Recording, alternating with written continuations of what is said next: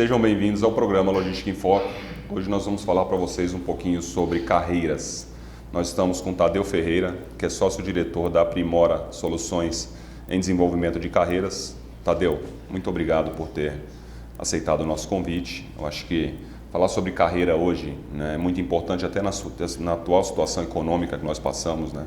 Muita gente tá perdendo o emprego por inúmeros motivos.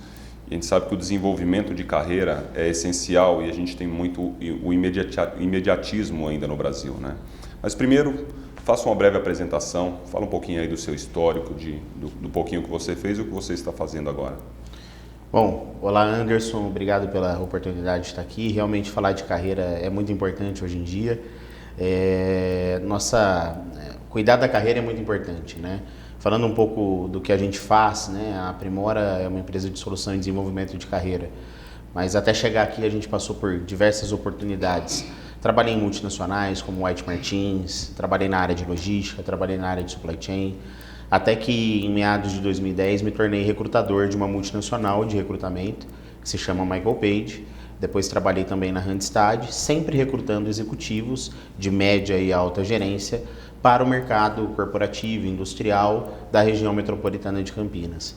Então, sempre com esse olhar. E há 2 anos atrás a gente fundou a Aprimora para deixar de trabalhar para as empresas em busca de um profissional e trabalhando sim para o profissional em busca de um novo emprego. Como se preparar, como se portar numa entrevista, como desenvolver competências técnicas e comportamentais para que ele consiga ter o resultado que ele busca na carreira dele. Então é isso um pouco que a Aprimora faz hoje em dia. A gente tem 2 operações, uma em Campinas e uma em São Paulo. Estamos atuando já há 2 anos aqui na região. Fácil, né? Trabalhar com executivo é fácil, né? Não é fácil. Não é fácil. Como é que está o mercado hoje de logística, né? Tem mais oferta, tem mais demanda? Como é que você está o mercado nos últimos meses aí, principalmente agora em época de crise? Como é que você está vendo esse mercado? A crise ela traz algumas mudanças no mercado significativas, Anderson. Quando a gente não está num momento de crise, a gente costuma dizer que é um mercado mais estável, no qual a gente consegue ter ali 50% de vagas novas, 50% de vagas de reposição. Quando vem a crise, a gente trabalha muita vaga de reposição, não trabalha muita vaga nova. Por quê? Porque as empresas estão inseguras para investir, inseguras para dar um próximo passo, buscam fornecedores com custos mais competitivos para que ela possa continuar operando. Inseguras até em mudar, né? Com certeza. A mudança, tanto a empresa como o profissional. Então, o que acontece? Hoje, o mercado de logística, pelo menos na nossa região, em outras regiões, onde tem uma demanda muito grande de profissionais, é só pegar qualquer estrada da região que a gente vê galpão nascendo do chão, né? É muito comum isso na nossa região. Ele é muito específico, né? Não é aquele mercado onde o executivo de uma empresa ele vai dar oportunidade para alguém que não tem experiência. Vai falar, bom, ele vai ter um tempo de desenvolvimento até ele começar a dar resultado. Ele vai buscar uma pessoa que tenha experiência, que tenha vivência e que tenha qualificação. Costuma-se dizer nesse momento que a gente tem mais de 80% de vagas de reposição. Então, se eu perdi uma pessoa com uma característica A, eu busco essa pessoa igualzinha no mercado. Mas, ao mesmo tempo, como tem muitas pessoas desempregadas, a competitividade no desemprego está alta também. Se ele não tiver desenvolvido, até para a recolocação, né? A gente fala tudo bem, às vezes a pessoa tem várias competências, né? Mas ele não consegue se desenvolver ali na hora de uma entrevista. Ou ele fica nervoso, eu já tive algumas orientações com relação a isso no passado, né? As pessoas que me ajudaram, os consultores que me ajudaram com relação a isso, tentando me ajudar a como conduzir, né? Ou a trabalhar a condução de uma entrevista. E as pessoas ficam nervosas. Eu faço entrevista com várias pessoas, com vários executivos às vezes. Eu vejo que as pessoas eles tentam às vezes ser o que eles não são, né? E isso acaba sendo um problema. Você acaba entrando em contradição e você vê um currículo muito bom, mas naquele momento a pessoa perdeu um pouquinho ali o foco, perdeu um pouquinho o controle, o autocontrole e às vezes você não contrata por causa disso, né? Seu trabalho também está ligado a isso também? Tá bem ligado a isso. A preparação, normalmente a gente olha grandes executivos, a gente acha que ele não precisa de preparação também, mas todos os níveis precisam. Deu resultados fantásticos dentro da empresa, então... Às vezes a gente chama isso de projetação e resultado, Anderson. Às vezes a pessoa não consegue transferir dentro de um processo de entrevista os projetos, as ações e os resultados que ela teve.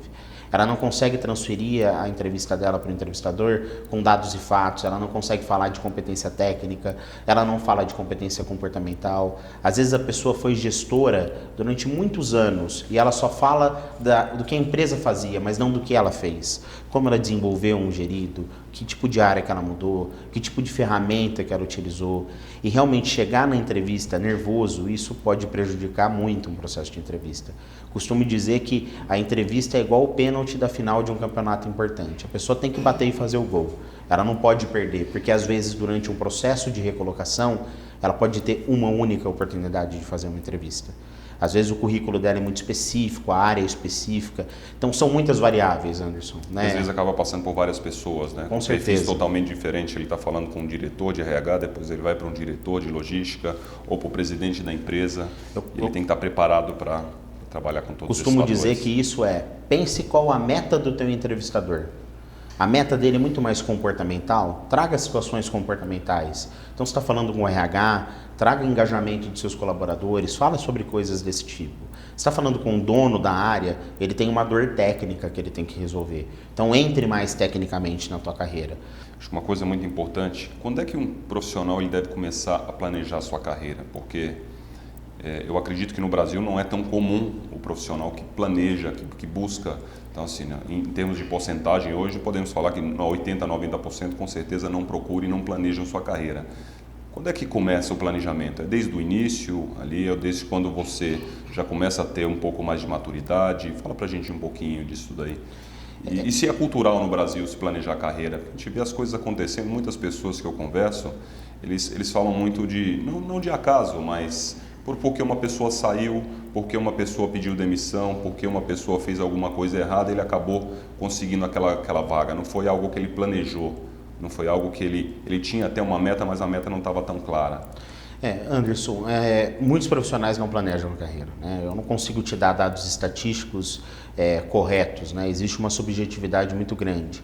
Realmente, muitos profissionais eles vão naquela regra, né? Deixa a vida me levar. E aparece uma oportunidade, aparece uma situação que ele acaba sendo promovido.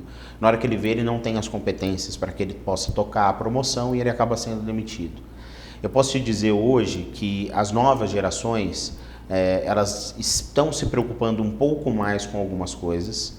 E você vê essa geração dentro dos carreiristas, né? Profissionais com 30 anos, 28 anos, que se tornam gerentes de multinacional muito rápido, que foram trainees, né, que o pilar carreira é muito importante para a vida dele. Esse profissional, sim, ele está planejando a carreira dele, mas ele tem o subsídio de uma multinacional, a qual vem com um planejamento, com um coaching interno, com feedback, que ela consegue desenvolver esse profissional. Então as corporações estão pensando nisso. É o contrário, né? É o contrário. Ela implanta a cultura. É ao contrário, a corporação implanta a cultura. Mas se você pega um profissional hoje que ele planeja a carreira dele desde o início até onde ele quer chegar, ele tem que buscar ferramentas externas. Ele tem que buscar um coaching que possa conseguir fazer o trabalho junto com ele. Coaching é muito importante a gente trabalhar o conceito do coaching, né? Hoje o coaching é a pessoa que leva a pessoa do lado A para o lado B. Né? Ele não vem do treinador, ele vem do cocheiro, né? Que ele leva a pessoa do lado A ao lado B. Então é muito importante a gente pensar isso. Que tipo de competência que falta em mim para que eu consiga atingir um resultado dentro da minha carreira? Isso faz parte do planejamento de carreira, da base dele. E você tem que ter tem que ter uma noção muito grande de onde você quer chegar e se isso é real. Eu já vi muitas pessoas, qual é o seu objetivo de carreira? Eu quero ser o diretor da empresa. Né? E aí sim vem a pergunta, mas até chegar lá, às vezes ele é um supervisor, às vezes ele é um coordenador, mas até chegar lá, quais são os passos, quais são os objetivos? E eles não são claros, porque a pessoa ele tem que saber que para ser, ele é um supervisor, ele vai se tornar um coordenador, ele vai se tornar um gerente operacional ali, ou de turno, o que quer que seja, depois ele vai se tornar um gerente de uma área mais específica, depois um gerente geral, e aí sim um diretor. Aí as pessoas falam mais daquilo que eu vou trabalhar muito, eu vou fazer bastante, eu vou dar o meu melhor, não é simplesmente isso, né? Quais são as ferramentas que você vai utilizar? Então, é aquele do imediatismo, né? A gente estava conversando um pouquinho antes As pessoas têm muito imediato na cabeça ainda, né? Isso atrapalha muito, né? Atrapalha. Eu acho que o profissional hoje ele tem que pensar muito mais o valor dele versus o propósito da carreira dele, Anderson. Às vezes a gente fica preso a nomenclaturas. Já vi grandes pessoas, profissionais, que tinham resultados maravilhosos, mas eles ficavam presos à nomenclatura do cargo. Então, eu quero ser um gerente, eu quero ser um diretor. Às vezes, como um supervisor com um salário que mantém os seus valores, seus propósitos de vida, você tem muito mais realização profissional do que chegar numa cadeira com grandes responsabilidades. Não é fácil ser diretor de uma grande empresa. Não é fácil ser um empresário no nosso país. Existem riscos que às vezes a pessoa que quer chegar nessa posição ela não consegue enxergar. Existe ônus, existe bônus, mas existe ônus também. Com certeza. Tadeu, a gente está terminando aqui nosso primeiro intervalo. Nós voltamos já.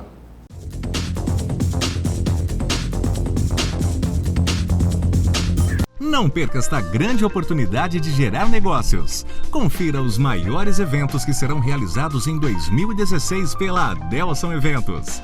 De 21 a 24 de julho, 13ª FEICAD, Feira do Imóvel, Construção, Condomínios, Arquitetura e Decoração. De 18 a 21 de agosto, Feira de Noivas e Festas de Jundiaí e Região, Beleza, Estética, Show Hair. De 16 a 18 de setembro, Feira Educando, escolas, faculdades, universidades, serviços e produtos para a educação. De 26 a 28 de outubro, 6ª edição Brasil Log, Feira Internacional de Logística. Reserve já o seu estande, diretoria@delsoneventos.com.br 7750-2060. Realização e organização, Adelson Eventos.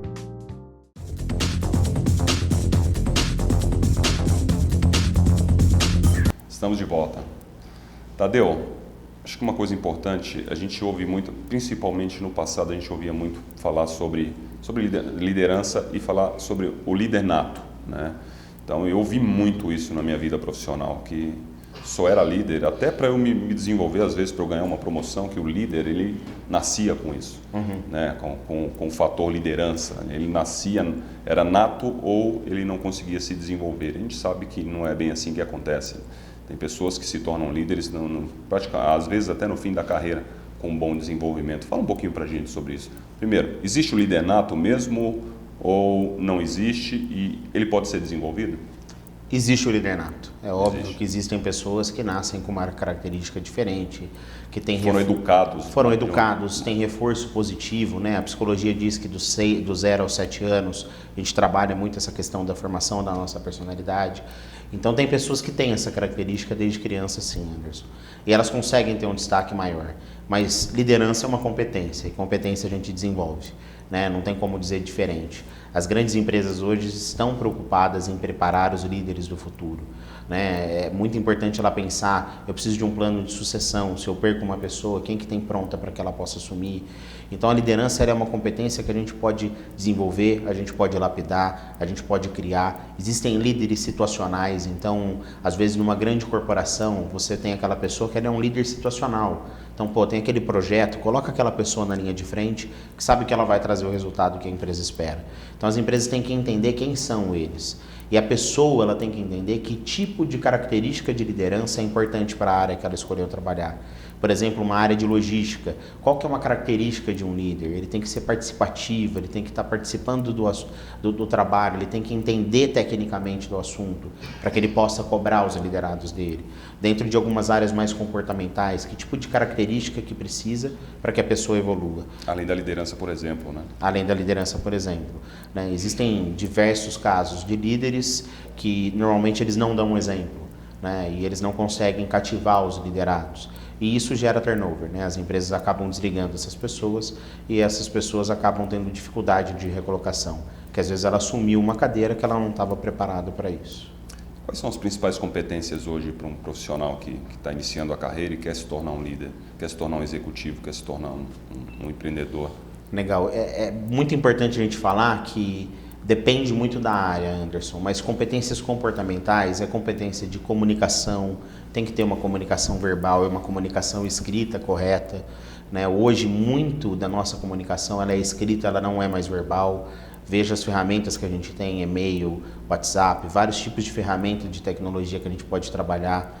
né? Ele tem que ter energia para lidar com as situações, ele tem que ser um líder pelo exemplo, ele tem que trazer competências de gestão de pessoas, então ele tem que ter um ouvido ativo, ao mesmo tempo que ele tem que ter um ouvido ativo, ele tem que ter um ouvido de perdigueiro, porque ele tem que entender o que está acontecendo dentro do ambiente dele. Ele tem que ter uma gestão muito correta no relacionamento interpessoal, não pode ser uma pessoa invasiva na vida dos outros. Enfim, são características que todas as pessoas que buscam um líder, elas buscam essas características dentro dessa liderança. Agora, se o profissional entender que não faz parte da característica dele de vida ter essas questões, um ouvido ativo, uma comunicação, isso também são competências que dá para desenvolver. Eu já tive algumas experiências até de pessoas que desempenhavam um papel muito bom, ele tinha uma comunicação muito boa, mas na hora que surgiu a oportunidade ali para ele, falou, olha, você vai se tornar um líder dessa equipe ou dessa área específica, ele falou, não, eu não quero. Sim. Não é o que eu quero, é muita responsabilidade para mim e eu vejo que isso, eu acabei vendo na minha carreira, isso é muito comum. Né? E é muito maduro. Sim, ele falou, olha, não é o que eu penso nesse momento, é muita responsabilidade para mim, eu não estou preparado para assumir essa responsabilidade, eu não quero. Né? Eu acho que é importante o que você falou, né? Tem todas as competências, mas também tem as responsabilidades. Né? Acho que a pessoa precisa entender claramente quais são as responsabilidades. Né? Eu queria falar um pouquinho sobre tendência de mercado hoje. Né? É uma coisa que para os mais céticos e os mais velhos, de certa forma, assusta. Né? A gente vê cada vez mais aí as crianças principalmente, né? Com celular, com tablets, com laptops, então tudo hoje é feito, né? Eu particularmente eu não consigo trabalhar com celular, né? Então é muito pequeno, é um negócio meio que cultural, preciso mudar um pouco disso, até mexo bastante no celular, mas eu não consigo ainda trabalhar com ele. E a gente vê que o futuro vai ser um pequeno gadget qualquer aí, que as pessoas vão fazer tudo por ali. Tem o home office, que é muito comum hoje. Antigamente você tinha que chegar cedo na empresa, muito cedo na empresa e sair muito tarde para mostrar que você era comprometido com o negócio. A gente vê que cada vez mais as pessoas, né, até para ganho de produtividade, para não pegar o tráfego, o trânsito do dia a dia, ele ganha muito tempo ali trabalhando em casa e as empresas cada vez mais estão levando para esse lado, respeitando mais esse lado e a confiança em cima do profissional. Né? Quais são as tendências? Isso é real? É real, principalmente em algumas áreas, né? Está totalmente ligado à produtividade e à qualidade de vida do profissional. A pessoa trabalhar home office, ela tem uma base onde ela possa ter uma qualidade de vida melhor, ela não gasta tempo de deslocamento, ela tem ali uma alimentação melhor porque ela está na casa dela, ela pode escolher o tipo de alimentação que ela tem. A empresa reduz custo de energia, reduz risco trabalhista com relação à pessoa estar em deslocamento. Então, existem várias características que são positivas. Mas para alguns mercados, Anderson, infelizmente isso ainda é algo muito discutido, mas é algo ainda que está bem embrionário no Brasil. As empresas estão colocando essas características dentro de algumas funções, por exemplo, um profissional de TI, ele consegue trabalhar dentro de uma função home office, um profissional de gestão de projetos, mas existem áreas que é impossível, né? Um profissional que trabalha dentro de uma operação logística, diretor industrial, ele não consegue trabalhar dentro de um home office, mas as áreas comerciais, elas são um bom exemplo para isso. Um gerente comercial, muitas vezes, já ouvi isso diversas vezes de profissionais que me contaram e até na minha própria carreira, principalmente para o profissional comercial. Olha, se você der resultado, você não precisa nem aparecer na empresa, né? Desde que você passe os relatórios, tudo que está acontecendo. Venha nas reuniões que já estão marcadas. E venha nas reuniões até que estão marcadas. Então é muito comum isso para o profissional comercial. Mas a gente não sabe o que vai acontecer de tecnologia, né, Anderson? A gente não sabe que tipo de tecnologia que vai nascer. Pode ser que daqui a alguns anos a gente não tenha mais computador para trabalhar. Né? A gente trabalhe com algum gadget que vão inventar, que a gente tenha outro tipo de relacionamento. Né? Mas uma coisa que a gente não pode esquecer é que para as relações darem certo, principalmente em relação de gestão, de liderança, de crescimento de pessoas, essa interface aqui vai ser difícil de ser substituída. A interface humana ainda é muito necessária para que as pessoas se desenvolvam. Eu acho que uma coisa importante é networking, né? Sim. Eu vejo que cada vez mais, até para uma pessoa se recolocar no mercado, porque a gente pega aí ferramentas, por exemplo, como o LinkedIn, nada mais é do que uma ferramenta de networking. Sim. Né? Há poucos dias atrás a gente falou no programa sobre networking e fala para a gente da importância do networking aí para a pessoa conseguir atingir os objetivos de carreira e principalmente para quem está procurando uma recolocação e procurando algum crescimento na carreira? O networking é a base hoje de 70% das mudanças de emprego do Brasil, né? Então a pessoa ela muda de emprego porque ela conseguiu chegar através de um contato, de alguém que ela conhecia que fez uma indicação, né? Eu costumo falar muito que a pessoa ela tem que se tornar visível no primeiro momento. Então, se é um profissional que ele busca uma recolocação ou ele busca um crescimento de carreira, tem um LinkedIn, utilize essa ferramenta. Não só o LinkedIn. Não só o LinkedIn. Né, mas saiba utilizar as redes sociais. Né? O LinkedIn é diferente do Facebook. Sim. A meta das duas ferramentas é diferente. Além disso, converse com as pessoas, Anderson. Né? Tem muitas pessoas que às vezes deixam de entrar, não respondem um e-mail.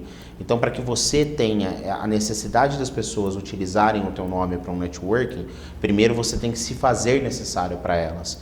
Então escute primeiro, depois deixe a outra pessoa escutar o que você tem a dizer. Isso é uma regra básica do networking.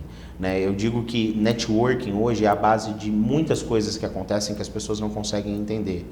Né? E o desenvolvimento do networking ele leva muito tempo e as pessoas não conseguem entender isso. Né? O imediatismo vem, a pessoa quer fazer um contato e ter o resultado na hora. Sim. Mas e a construção daquele contato?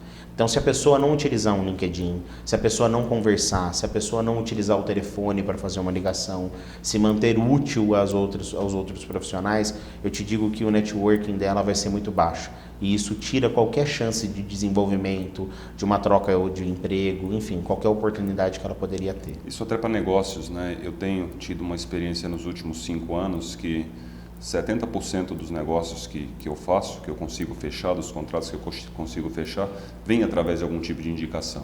E se vem através de um tipo de indicação é porque você acabou conseguindo se relacionar de uma forma mais adequada com aquela pessoa, transmitir confiança, para que ela pudesse te indicar e para que você pudesse fechar ali aquele negócio. Né? Na indicação, a credibilidade já está estabelecida. Ela aumenta bastante. Existe uma rede mundial de negócios que se chama BNI, que é Business Network International, e a gente trabalha muito a questão da visibilidade e credibilidade com rentabilidade. Então, se tornar visível, se tornar crédulo e se tornar rentável.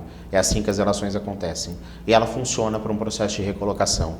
Se você não se torna visível nem crédulo num processo de entrevista, você não consegue gerar rentabilidade, que é um novo emprego para você. Então, essa é a maior dificuldade. Nós falamos de networking, nós estávamos com o diretor do BNI aqui, conversando que legal. com ele.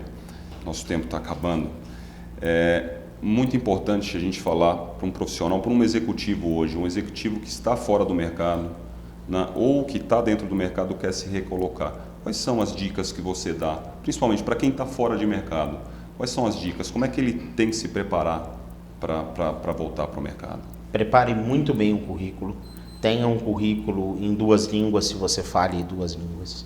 Prepare muito bem o LinkedIn, com dados e fatos. Esteja preparado para os processos de entrevista e torne o seu tempo livre, né? O tempo é a coisa mais escassa do mundo, né, Anderson? Então, se a pessoa tem um tempo livre hoje, torne esse tempo necessário para trabalhar em busca de uma recolocação. Faça cadastro no site das grandes empresas, coloque o teu currículo disponível para os recrutadores do mercado, principalmente nas empresas de recrutamento. Converse com as pessoas para que você possa conseguir efetivamente potencializar a velocidade com que você vai se recolocar. Você falou de entrevistas, como é que uma pessoa ele consegue desenvolver uma técnica de entrevista? Claro, fazendo entrevistas, automaticamente ele vai se desenvolver, mas existe alguma outra técnica? Existe algum livro específico que você indicaria ou um trabalho específico que a pessoa deveria fazer? Ela tem que entender primeiro qual que é a dificuldade que ela tem no processo de entrevista. A dificuldade está na oratória ou está de saber vender os projetos. Ela pode procurar um coaching, uma empresa de recolocação que vai com certeza conseguir orientá-la para aquele processo. Mas a dica número 1 que eu posso dar é tratar uma entrevista como uma relação de negócios. Da mesma maneira que tem um entrevistador que precisa de uma pessoa e ele precisa de um emprego, é uma relação de ganha-ganha. Então, se a pessoa entrar muito na questão de muito obrigado, só agradecendo e achar que a pessoa está fazendo um favor para ela, isso vai prejudicar. Porque da mesma maneira que ele precisa de um emprego, o empregador precisa de uma pessoa. Então, ela tem que chegar ali entendendo que é uma relação de negócios, ou minimamente de networking, Anderson. Porque pode ser que ela não seja a pessoa, mas vão ter outras oportunidades. Como normalmente eu falo, né, um assunto que daria horas e horas de conversa, né, de boa conversa, de boa informação para o nosso telespectador. Com certeza. A gente está chegando ao fim. Queria te agradecer novamente por ter aceitado o nosso convite e espero que a gente possa voltar para um segundo programa, para a gente falar um pouco mais, que eu acho que é de extrema relevância esse assunto para o nosso telespectador. Obrigado. Eu que agradeço, falar de carreira é nosso dia a dia, estou à disposição para a gente falar mais vezes. Estamos finalizando mais um programa Logística em Foco. Lembrando a vocês que nosso programa inédito vai ao ar às quartas-feiras, às 22 horas. Nós estamos também no YouTube, Programa Logística em Foco. Esperamos vocês até o próximo programa. Obrigado.